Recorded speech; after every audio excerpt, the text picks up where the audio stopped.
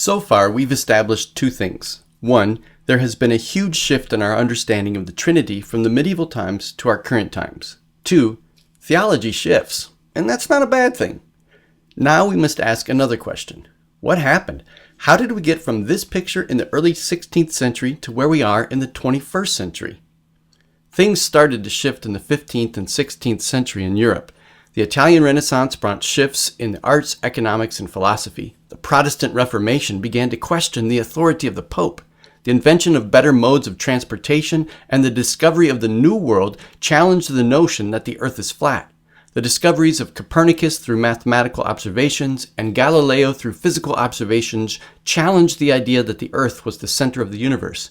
The 30 Years' War between the Protestants and the Roman Catholics ravaged the European countryside. By the early 17th century, the authority of the medieval church was being challenged from every side, and the fabric of the universe was being torn apart. A growing group of intellectuals observed the theological and political debates raging between the Christians and declared that the Bible and theology obviously didn't provide any answers. The only thing that could provide real truth for the world was the use of human reason and the employment of empirical science. This era is called the Enlightenment because it believed it was helping Western society to crawl out of the dark ages of the medieval world and into the light of reason and the modern era. Further advancements in astronomy eventually led the Western modern world to think of the universe like this. The Earth revolves around the Sun, which is just one of trillions of stars that comprise our galaxy, which is just one of trillions of galaxies spinning in a seemingly infinite sea of space with no apparent center and no apparent purpose or meaning. Where is God in this universe? What is the truth? Who has the authority to decide? How do we make sense out of this life? What's the point? The modern world likes to make sense out of things by breaking everything down to its most basic parts. This is a simple picture of how the modern world is broken down. First, it is divided into two basic sectors. On the one hand, there is the public sector, and on the other is the private sector. The public sector is ruled by human reason, and science is the only source of truth. The modern motto is, "Just the facts, ma'am." The only thing that is real in this world is economics and politics. The private sector, on the other hand, is that place where individuals are free to believe and do whatever fantasies they desire, as long as it does not encroach on the public sector. The church was exiled to the private sector, and faith was branded as a personal choice that had no place in the public sector. For the first time in human history, having no faith was a valid option, and actually the only option that made sense in the real world.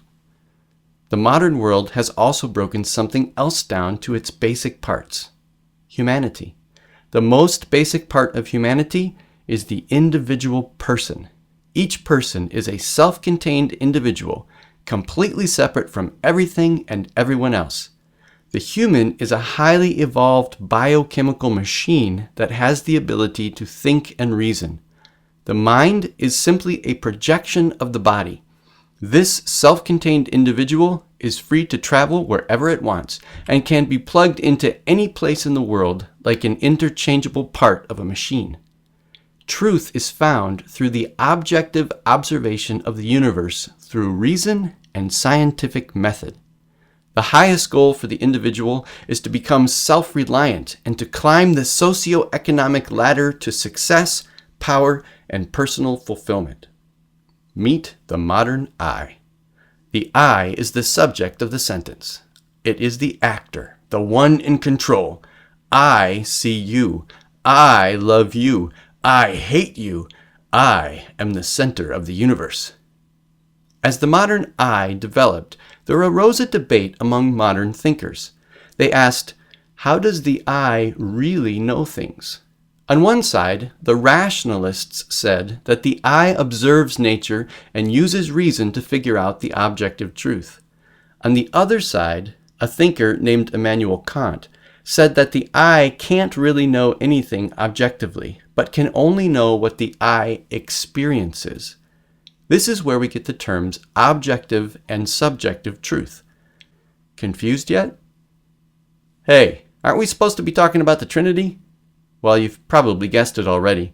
In the 18th and 19th centuries, hardly anybody was talking about the Trinity. Christian theologians were faced with the task of proving to the rationalist world that God exists, when the rationalist world didn't believe that anything beyond the physical exists. This led to two major types of theology. On the one hand, there is objective theology that spent most of its energy trying to rationally and scientifically demonstrate that A, the Bible was the objective revelation of God to humanity, B, the Bible was literal truth, C, the Bible was the absolute authority for all of life, and D, that correct belief in Jesus was the way to bridge the gap from the fallen world of sin to the eternal realm of God in heaven. The other type of theology was subjective and believed that God could only be known through personal experience of faith, and that there was no objective revelation of God. God and the universe are essentially the same thing, and the purpose of the gospel was to bring about social change to promote peace on earth, thus ending violence and poverty. The turn of the 20th century saw Western modern Christianity divided into these two camps: the conservatives on the objectivist foundationalist side, and the liberals on the subjectivist experientialist side. So where is the Trinity during this time? Hardly anywhere to be found. Theologians were scrambling to prove that God existed in any form. They didn't have time to quibble over the ancient debate of three or one. The Trinity became little more than a footnote in the modern theology books.